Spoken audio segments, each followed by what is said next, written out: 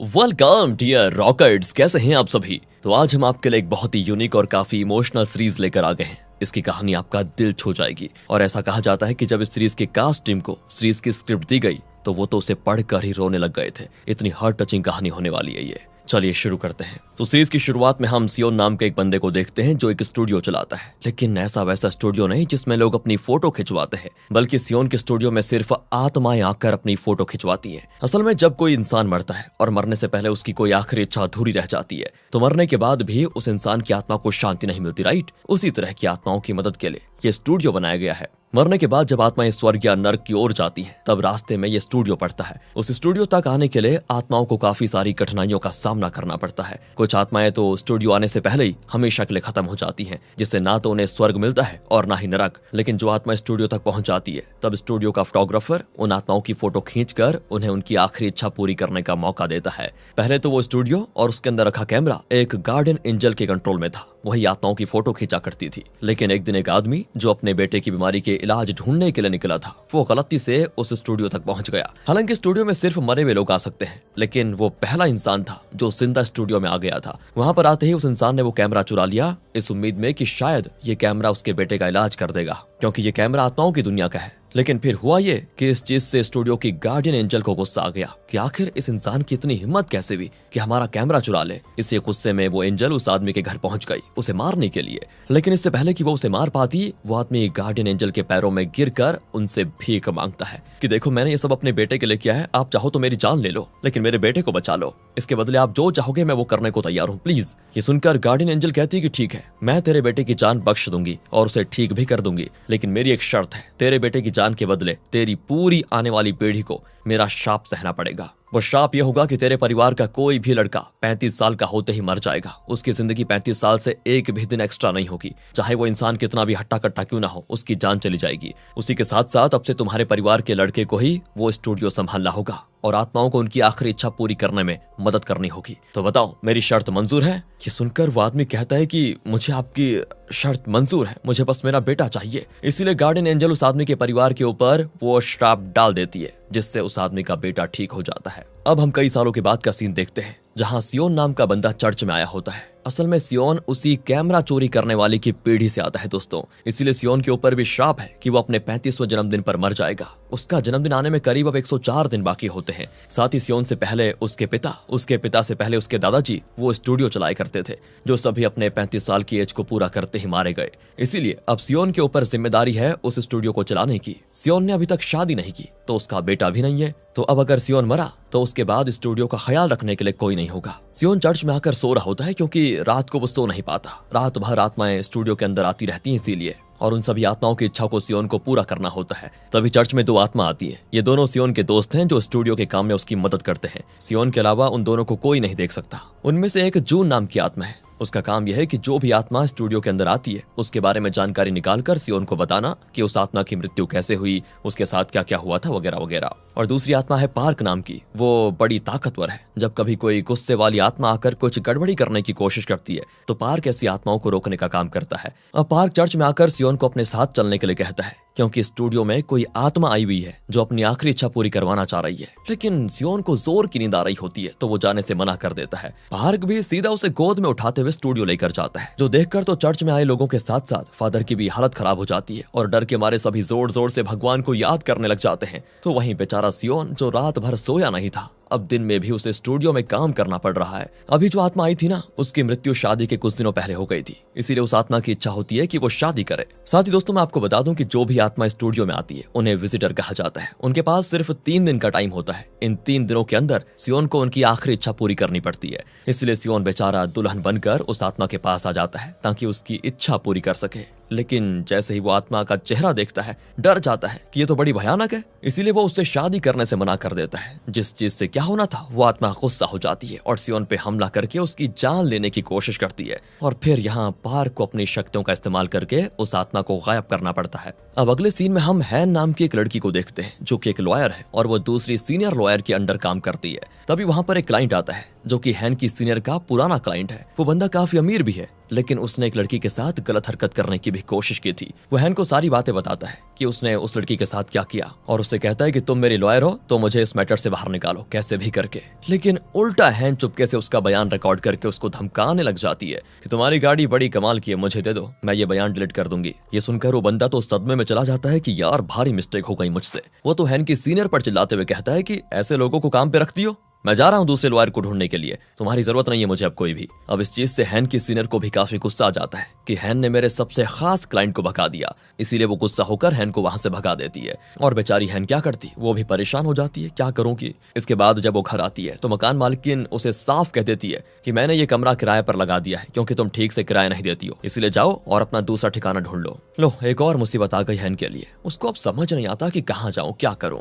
लेकिन वो घर छोड़ना भी नहीं चाहती थी क्योंकि ये घर असल में उसकी दादी का ही है और उसकी दादी ही उससे किराया लिया करती है। क्योंकि हैन ठहरी कामचोर लड़की, उसे सिर्फ मस्ती करना, घूमना फिरना अच्छा लगता है और उसको ही सीधे रास्ते पर लाने के लिए उसकी दादी उससे ऐसा बर्ताव करती है ताकि हैन सुधर जाए। दूसरी ओर दोस्तों सियोन जब घर में होता है तभी वो दुल्हन वाली आत्मा आकर घर के अंदर आग लगा देती है। बड़ी मुश्किल से सियोन की जान बच पाती है यहाँ पर, लेकिन वो भी बेचारा किराए के घर में रहता है। घर में आग लगने की वजह से काफी नुकसान भी हो जाता है, इसलिए मकान मालकिन सियोन को घर से भगा देती है कि तुम्हारे ना ध्यान देने की वजह से घर में आग लगी होगी। और फिर वो भरपाई के लिए डिपॉजिट का 1 रुपया भी सियोन को वापस नहीं करती, इसलिए सियोन दूसरा घर ढूंढने में लग जाता है। और जब बड़ी मुश्किल से उसको घर मिलता है तो वो देखने जाता है कि ये काम का है भी या फिर नहीं। लेकिन जैसे वो उस बिल्डिंग के अंदर आता है ना, वहाँ पर उसको कई सारी आत्माएं दिखाई देती हैं जो ऐसे ही भटक रही थी मानो उनके साथ यहाँ कुछ बहुत ही बुरा हुआ हो। वो आत्माएं सियोन को देखकर हैरान रह जाती हैं कि ये हमें कैसे देख सकता है, तो वो उसके ऊपर हमला करने के लिए उसके पीछे पड़ जाते हैं। सियोन बड़ी मुश्किल से भागकर लिफ्ट में आ जाता है, लेकिन वहां पर भी एक आदमी की आत्मा मौजूद होती है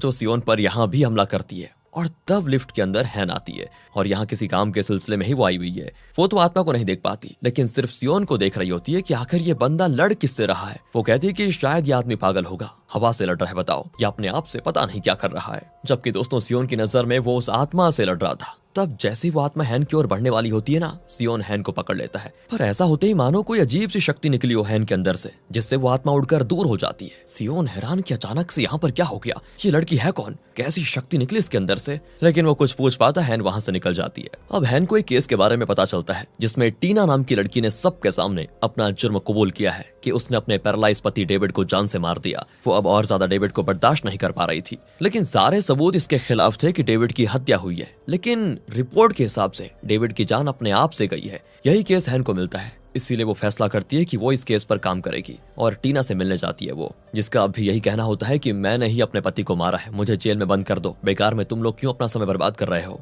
लेकिन हैन उसको समझाती है कि देखिए आपकी बातों से साफ लग रहा है कि आप जानबूझकर आरोप खुद पर ले रही हैं।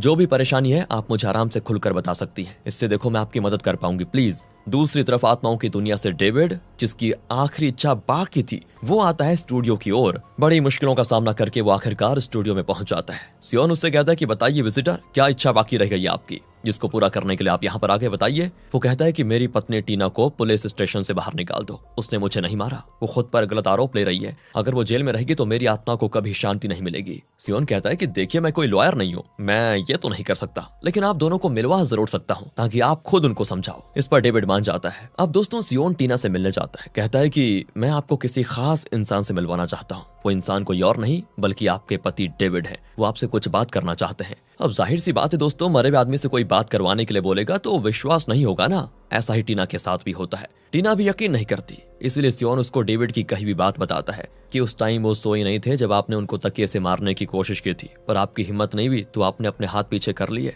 ये सुनकर तो टीना हैरान हो जाती है कि ये बात तो सिर्फ मुझे और अगर डेविड अगर उस समय जाग रहा था तो उसे पता होगी, ना कि बाकी किसी और को। इसीलिए वो सियोन के साथ स्टूडियो आ जाती है, जहां वो कैमरा एक इंसान की इच्छा के लिए 2 फोटोज खींचता है। पहली फोटो खींचने के बाद जिंदा इंसान आत्मा को देख पाता है और दूसरी फोटो खींचने के बाद आत्मा दोबारा से आत्माओं की दुनिया में चली जाती है और सिर्फ फोटो के जरिए अपनी यादें छोड़कर जाती है। ये होते टीना जैसे ही सामने डेविड को देखती है तुरंत उसको गले लगा लेती है। क्योंकि डेविड 7 साल से पैरालाइज था। इन 7 सालों में टीना ने रात दिन उसका ख्याल रखा, पर इस समय आत्मा के तौर पर वो बिल्कुल ठीक होता है। टीना रोते हुए उससे कहती है, डेविड मुझे माफ कर देना, जो मैंने तुम्हें मारने की कोशिश की। मैं पल पल तुम्हें तड़पते हुए नहीं देख पाई थी, तो मैंने फैसला किया कि तुम्हें मारने के बाद मैं खुद को भी मार दूंगी, लेकिन मेरे अंदर हिम्मत ही नहीं हुई कि तुम्हें मार पाऊं। ये सुनकर डेविड कहता है कि तुम्हारी कोई गलती थी ही नहीं, तुमने मेरे लिए जो कुछ किया है वो बहुत ज्यादा है। मैंने खुद अपनी जान दे दी ताकि तुम्हें ये पछतावा ना रहे कि तुम्हारे हाथों से मेरी जान गई है। तुम्हारी खुशी के लिए मैंने खुद की जान दे दी, और इसी का आरोप तुम खुद पर लगाकर अब जेल जाना चाहती हो। नहीं, ऐसी कोशिश भी मत करना। देखो, वादा करो कि तुम एक खुशहाल जिंदगी जियोगी और बिल्कुल नए तरीके से जिंदगी की शुरुआत करोगी। ये सुनकर रोते हुए सही टीना डेविड की बात मान जाती है। इस तरह से डेविड की आखिरी इच्छा पूरी हो चुकी थी, तो वो दोबारा से आत्माओं की दुनिया में चला जाता है, और इसके जाते ही टीना कबूल कर लेती है कि मैंने उसे नहीं मारा। इसीलिए टीना को आजाद कर दिया जाता है, क्योंकि उसके खिलाफ सबूत तो वैसे भी थे नहीं। अब कुछ देर के बाद हैन अपने घर पर आती है, तो उसका सारा सामान उसे पैक दिखाई देता है, क्योंकि उसके घर में कोई दूसरा इंसान रहने के लिए आ गया है। और मजे की बात दोस्तों, वो दूसरा इंसान कोई और नहीं बल्कि सियोन ही है। सस्ते में उसको ये घर मिला तो उसने किराए पर ले लिया, लेकिन हैन गुस्सा हो जाती है कि दादी ने मुझसे पूछे बगैर ये कमरा किसी और को कैसे दे दिया। मैं भी तो देखूं जरा रहने के लिए कौन आया है। वो जैसे ही अंदर आती है, उसको सामने स्टूडियो दिखाई देता है, क्योंकि कमरा कितना भी छोटा क्यों ना हो, जहां वो कैमरा रहेगा स्टूडियो अपने आप ही वहां बन जाएगा। लेकिन स्टूडियो के अंदर सियोन और आत्माओं के अलावा दूसरा कोई नहीं जा सकता, क्योंकि दूसरा कोई स्टूडियो को देख ही नहीं सकता। तो जैसे सियोन हैन को सामने देखता है, वो भी हैरान हो जाता है कि तुम यहाँ पर कैसे?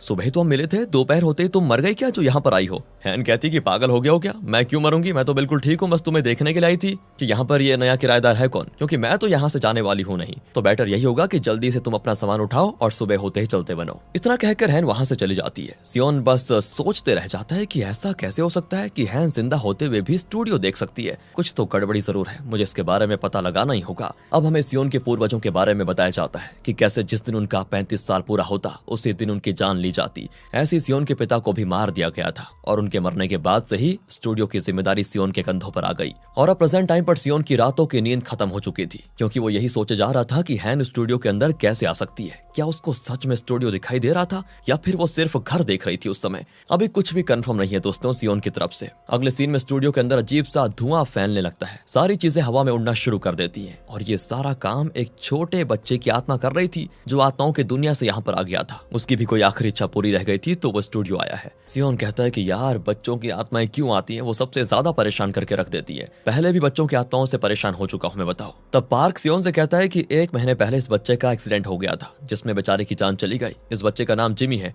और जब ये सड़क क्रॉस कर रहा था तो एक शराबी ड्राइवर ने रेड लाइट होते हुए भी जिमी को टक्कर मार दिया। इसी वजह से मौके पर ही जिमी ने अपना दम तोड़ दिया। सियोन अब जिमी से कहता है कि बताओ बेटा, क्या इच्छा पूरी करनी है तुम्हारी? जिस पर जिमी कहता है कि मुझे मेरे फेवरेट सुपर हीरो रिम की तलवार चाहिए, मुझे वो ला कर दे दो। इसीलिए सियोन जिमी को लेकर खिलौने की दुकान पर आ जाता है ताकि रिम की तलवार खरीद पाए। लेकिन जितनी भी दुकानें वो चेक करता, हर जगह से वो तलवार बिक चुकी थी। इस चीज से जिमी काफी ज्यादा गुस्सा हो जाता है कि मुझे तो बस वही तलवार चाहिए, चाहिए तो चाहिए। अगली सुबह जब सियोन घर से बाहर आता है तो वहां उसे हैन टेंट लगाते हुए दिखाई देती है, जिसने दोस्तों यहीं पर बसेरा डाल दिया था। सियोन जैसे ही उसको वहां से हटाने के लिए उसके टेंट के पास आता है, तो वहां उसे जिमी दिखाई देता है, जिसके साथ हैन खेल रही थी। सियोन फिर से हैरान कि यार, ये हैन तो विजिटर को भी देख सकती है। अब तो पक्का लगता है कि शायद मेरी तरह हैन पर भी शाप लगा होगा, उसी गार्डन एंजल का, मुझे लगता है। इसीलिए वो हैन को होटल में लाकर कहता है कि कल तुम मेरे घर पर आई थी, तो तुम्हें कुछ अजीब लगा क्या, या फिर सब कुछ नॉर्मल था तुम्हारे लिए? यहाँ पर हैन जानना चाहता है कि स्टूडियो और आत्माओं के बारे में हैन का क्या जानना है, लेकिन हैन सिर्फ इतना बताती है कि मेरे लिए तो सब कुछ नॉर्मल था, कुछ अजीब नहीं लगा।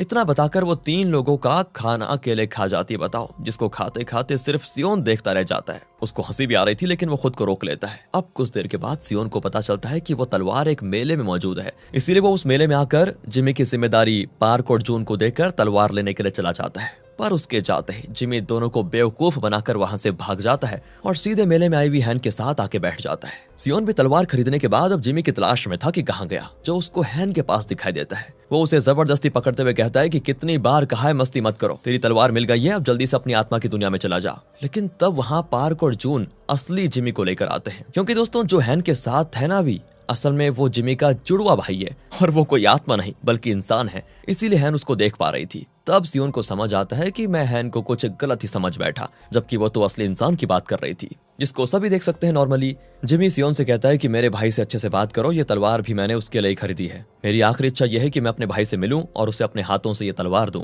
अब जिमी का जुड़वा भाई जिसका नाम ओलिवर है, वो जिमी को तो नहीं देख पाता, लेकिन जब वो अपने कमरे में आता है तो उसे लॉकर के अंदर वही तलवार दिखाई देती है जिसे सियोन ने खरीदा था। उस तलवार को देखकर ओलिवर खूब रोता है, उसके आंसू रुक नहीं पाते, क्योंकि मरने से पहले ओलिवर ने जिमी से कहा था कि मुझे ये तलवार चाहिए, और ये तलवार लेने के लिए जब जिमी गया तो बेचारा एक्सीडेंट में मारा गया। ओलिवर कहता है कि मुझे कुछ नहीं चाहिए भाई, मुझे सिर्फ तुम चाहिए, मेरे पास वापस आ जाओ। जिमी वहीं पर बैठकर उसको दिलासा दे रहा होता है, लेकिन ओलिवर उसको देख नहीं पाता। एक्चुअली ओलिवर और जिमी बचपन में ही अनाथ आश्रम में पले बड़े थे, उन्हें नहीं पता कि उनके माता पिता कौन है। दोनों के लिए कोई नहीं था, वो दोनों एक दूसरे के भाई थे, जिसमें से अब एक नहीं रहा। इसके बाद सियोन जिमी से कहता है अपने भाई से मिलोगे क्या, लेकिन जिमी मना कर देता है कि मेरे अंदर हिम्मत नहीं है उससे मिलने की। अगर ओलिवर ने मुझे दोबारा देखा और फिर मैं उससे दूर हो गया तो दूसरी बार मुझे खोने का गम वो बर्दाश्त नहीं कर पाएगा। जिमी दोस्तों खुद भी 7 साल का है, लेकिन देखिए उसकी बातों बड़ी जैसी है। तो सियोन उससे कहता है कि ये मौका तुम्हारे पास दोबारा कभी नहीं आएगा, इसलिए हिम्मत करो और अपने भाई से आखिरी बार मिल लो। इसीलिए जिमी ओलिवर से मिलने के लिए तैयार हो जाता है। अब ओलिवर को जिमी से मिलवाने के लिए उसको भी स्टूडियो ले जाना पड़ेगा, लेकिन जब सियोन ओलिवर से स्टूडियो आने को कहता है तो वो सियोन को देखकर डर जाता है। उसे ये लगता है कि सियोन उससे झूठ कह रहा है और वो शायद उसका अपहरण कर लेगा। इसीलिए जिमी सियोन को सुपर हीरो रिम का फेवरेट एक्शन करके बताता है, और जैसे ही वो एक्शन सियोन ओलिवर के सामने करता है तो ओलिवर को यकीन हो जाता है कि सियोन सच में उसको जिमी से मिलवा सकता है। इसीलिए वो सियोन के साथ स्टूडियो आ जाता है। आज के दिन ओलिवर का जन्मदिन भी है, तो सारी तैयारियां होती है जन्मदिन के लिए। लेकिन जैसे वो जिमी को देखता है ना, वो सब कुछ छोड़कर जिमी को गले लगाते हुए कहता है भाई तो मुझे छोड़कर कहाँ चले गया था, दोबारा कभी मत जाना, मुझे कुछ नहीं चाहिए, सिर्फ तू चाहिए। ये देखकर सियोन की आंखें नम हो जाती हैं। तब जिमी हिम्मत करके ओलिवर से कहता है हमारा फेवरेट सुपर हीरो रिम है ना, उसने मुझे एक मिशन दिया है, वही मिशन पूरा करने के लिए मुझे जाना होगा भाई। मिशन पूरा करके मैं तुमसे मिलने के लिए जरूर आऊंगा। ये सुनकर ओलिवर भी खुश हो जाता है कि ये तो अच्छी बात है, मेरी तरफ से बेस्ट लक भाई, मिशन अच्छे से करना। बेचारा ओलिवर जिमी के झूठ को सच समझ बैठता है। इसी वजह से जिमी की आखिरी इच्छा पूरी हो जाती है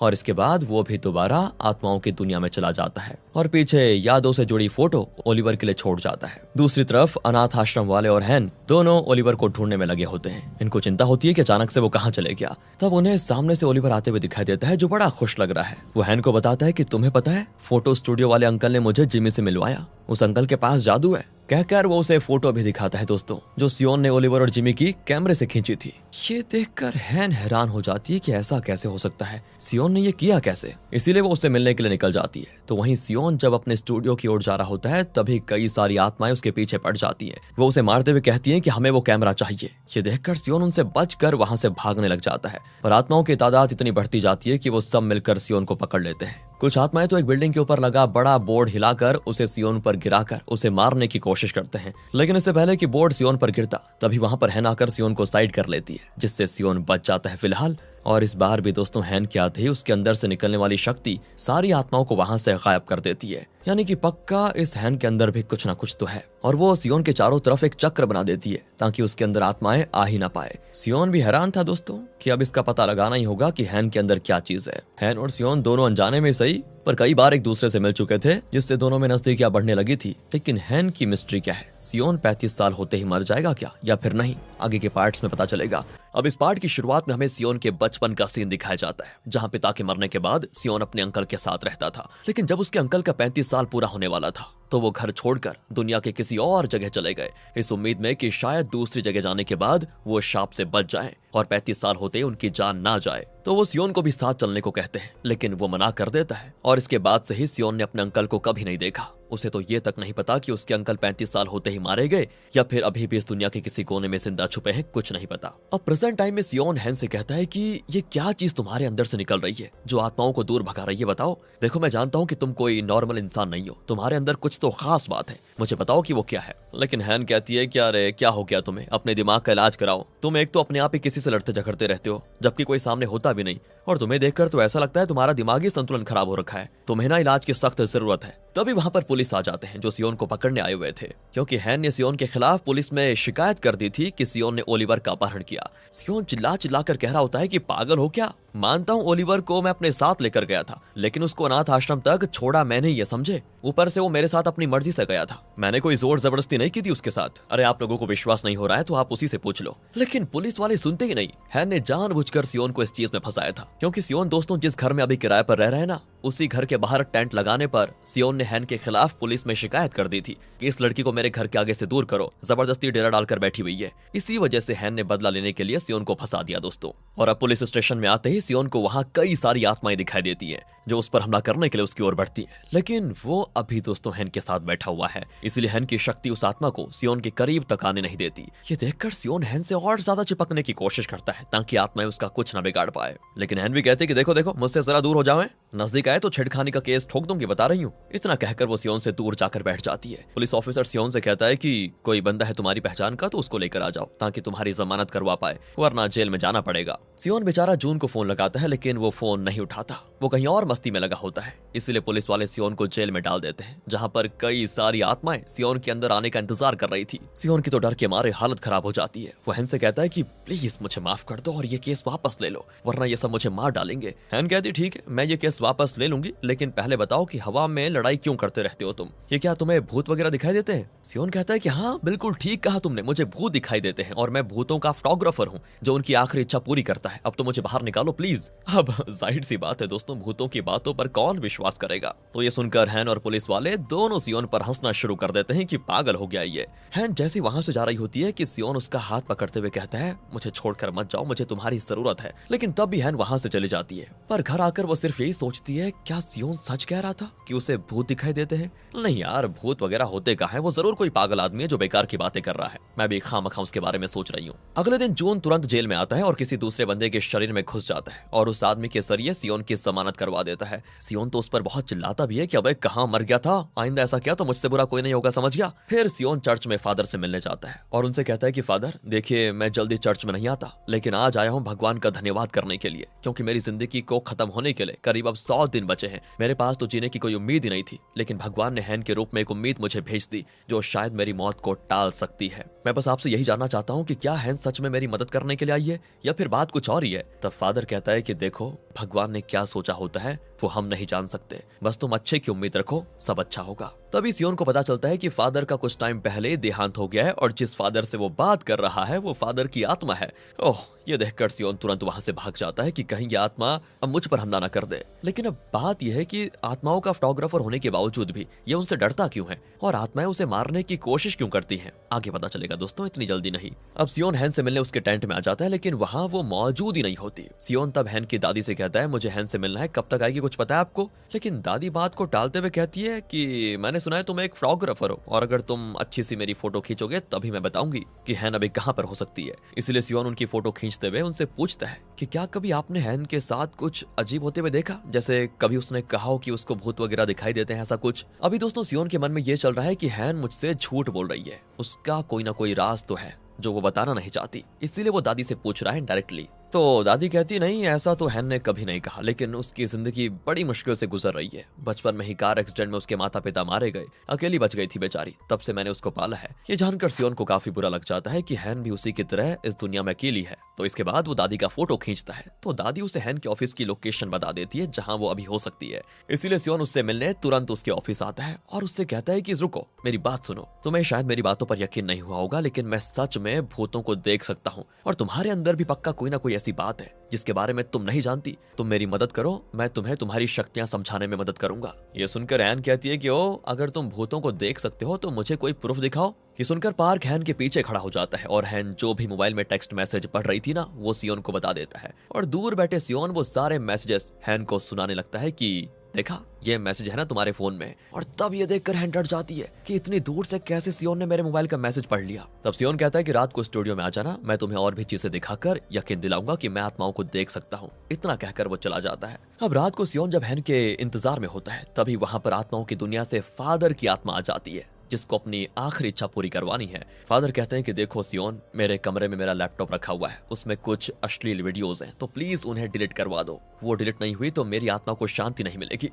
ये सुनकर तो सियोन भी हैरान हो जाता है कि मैं तो फादर को स्वामी समझता था, लेकिन ये तो ठरकी निकला। इसीलिए वो पार्क और जून के साथ मिलकर प्लान बनाता है कि कैसे लैपटॉप से वीडियोस को डिलीट किया जाए। दूसरी ओर हैन की दादी के पास एक महिला आकर कहती है, सुनिए, मैंने सुना है कि हैन को प्रोसिक्यूटर ऑफिस से बाहर निकाल दिया गया है और अभी वो किसी दूसरे लॉयर के अंडर काम करती है। सच है क्या ये सुनकर हैन की दादी काफी ज्यादा परेशान हो जाती है कि हैन ने तो मुझे बताया ही नहीं कि उसको जॉब से निकाल दिया गया है। तब से मैं तो यही सोच रही थी कि आलसी होने की वजह से उसने काम छोड़ दिया। मैंने तो बेचारी को कमरे से बाहर भी निकाल दिया, जबकि वो बेचारी खुद कितनी परेशान है, मैं समझ ही नहीं पाई। नहीं, मुझसे गलती हो गई, अब मैं हैन को ज्यादा उस टेंट में रहने नहीं दूंगी। तो अब रात को हैन स्टूडियो में आती है, जहां उसके लिए चाय वगैरह लेकर पार्क और जून आते हैं। वो उन दोनों को तो नहीं देख पाती, लेकिन हवा में उड़ रही चाय के कप को देखकर समझ जाती है कि सियोन सच कह रहा था कि वो आत्माओं को देख सकता है और आत्माएं यहाँ पर मौजूद भी हैं। तब सियोन कहता है, देखो, तुम खुद नहीं जानते कि तुम्हारे अंदर कैसी शक्ति है, लेकिन जो भी है वो उन आत्माओं को दूर कर सकती है जो मुझ पर हमला करने की कोशिश करते हैं। अब हैन कहती है, एक बात बताओ, तुम तो आत्माओं के फोटोग्राफर हो,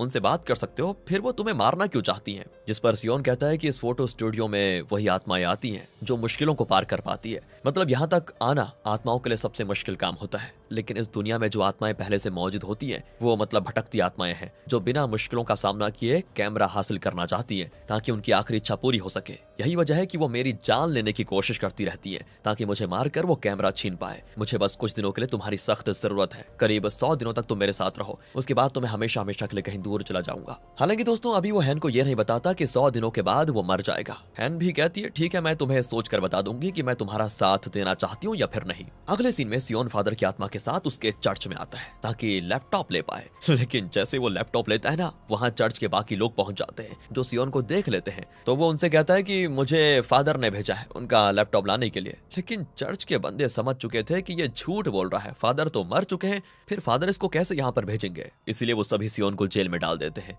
दूसरी तरफ हैन एक पार्टी में आई होती है जहाँ उसकी मुलाकात उसके पुराने बॉस से होती है, जब वो मतलब प्रोसिक्यूटर ऑफिस में काम किया करती थी उस समय की बॉस की। दरअसल एक बार हैन के पास किसी बंदे का केस आया था। हैन ने उस केस को सॉल्व करने की कोशिश की। वो बंदा कहता रहता था कि मैंने कुछ नहीं किया, मैं निर्दोष हूँ, लेकिन उस समय सबूत ही हैन को ऐसे मिले थे कि उसके आधार पर उस बंदे को फांसी दी गई। पर बाद में पता चला कि वो बंदा सच में निर्दोष था। इसी वजह से उसके बॉस ने हैन को निकाल दिया और ये भी कह दिया कि लॉयर बनना तुम्हारे बस की बात नहीं है, कभी तुम्हें कोई बड़ा केस नहीं मिलेगा, तुम बस ये छोटे छोटे केसेस सॉल्व करना हमेशा। अब आज वही बॉस हैन को देखकर कहता है कि अभी भी केस मिलते हैं या फिर कुछ और धंधा खोल लिया है तुमने, लेकिन हैन उसको कोई जवाब नहीं देती, बस उससे हाथ मिलाकर चली जाती है। इधर सियोन हैन को पुलिस स्टेशन बुलाता है ताकि लैपटॉप चोरी होने के आरोप से वो खुद को बचा पाए। पुलिस वाले सियोन से कहते हैं कि अगर तुम्हें फादर ने भेजा था तो बताओ कि लैपटॉप का पासवर्ड क्या है, तुमने बता दिया तो हम तुम्हें जाने देंगे। ये सुनकर सियोन फादर की आत्मा से पासवर्ड पूछता है जो कि उसको याद ही नहीं था। सियोन कहता है कि अरे मेरी जिंदगी तुम्हारे हाथों में है, जल्दी याद करो वरना मेरी वॉट लग जाएगी। और तब किस्मत से फादर को उनके लैपटॉप का पासवर्ड याद आ जाता है। क्योंकि वो हमेशा फिंगरप्रिंट से लैपटॉप खोला करते थे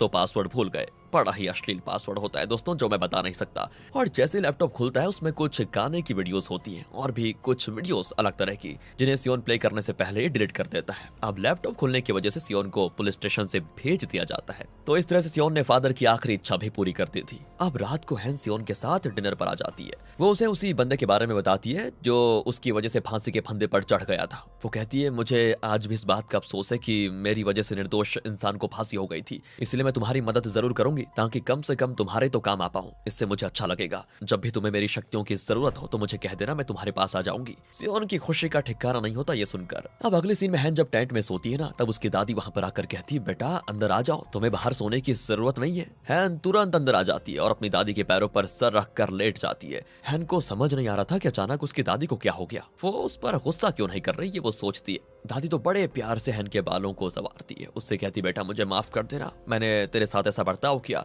पर वादा करती हूँ कि मैं मरते दम तक तेरी हर परेशानी में तेरे साथ खड़ी रहूंगी। और पता है आज मैंने तेरा फेवरेट खाना बनाया है, जल्दी से खा लेना। हैन आज इतनी खुशी महसूस कर रही है ना, जितना कि इससे पहले उसको कभी हुई नहीं। लेकिन दादी उसको नहीं बताती कि प्रोसिक्यूटर ऑफिस के बारे में उनको पता चल चुका है। अब अगले दिन हैन की दादी अच्छे से खाना बनाकर हैन के बॉस के पास जाती है ताकि उससे रिक्वेस्ट कर सके कि वो हैन को दोबारा से नौकरी पर रख ले। लेकिन बॉस तो उनकी तरफ देखता तक नहीं और बाकी सिक्योरिटी गार्ड्स को ये कहता है कि दादी को बाहर निकाल दो। बेचारी दादी काफी दूर से यहाँ पर आई थी और ऐसे बाहर निकालने पर उनका दिल टूट जाता है। वो जैसे घर की ओर जाने वाली होती है तभी उनको दिल का दौरा पड़ जाता है और मौके पर ही दोस्तों उनकी जान चली जाती है। बहुत बुरा हुआ बेचारी के साथ। इसके बारे में जैसे ही हैन को पता चलता है वो भागते हुए घर की ओर जाने लग जाती है। अपनी दादी के साथ बिताए हुए पलों को याद कर रही होती है। आगे तो वो बढ़ रही थी लेकिन उसके पैर जवाब दे जाते हैं। उसके अंदर खड़े होने तक की हिम्मत नहीं होती कि आज ही तो दादी इतने प्यार से मुझसे बात कर रही थी और आज ही वो हमेशा हमेशा के लिए मुझे छोड़कर चली गई। ऐसे ही सड़क पार करते करते हैन सड़क के बीच में ही बैठकर रोने लगती है।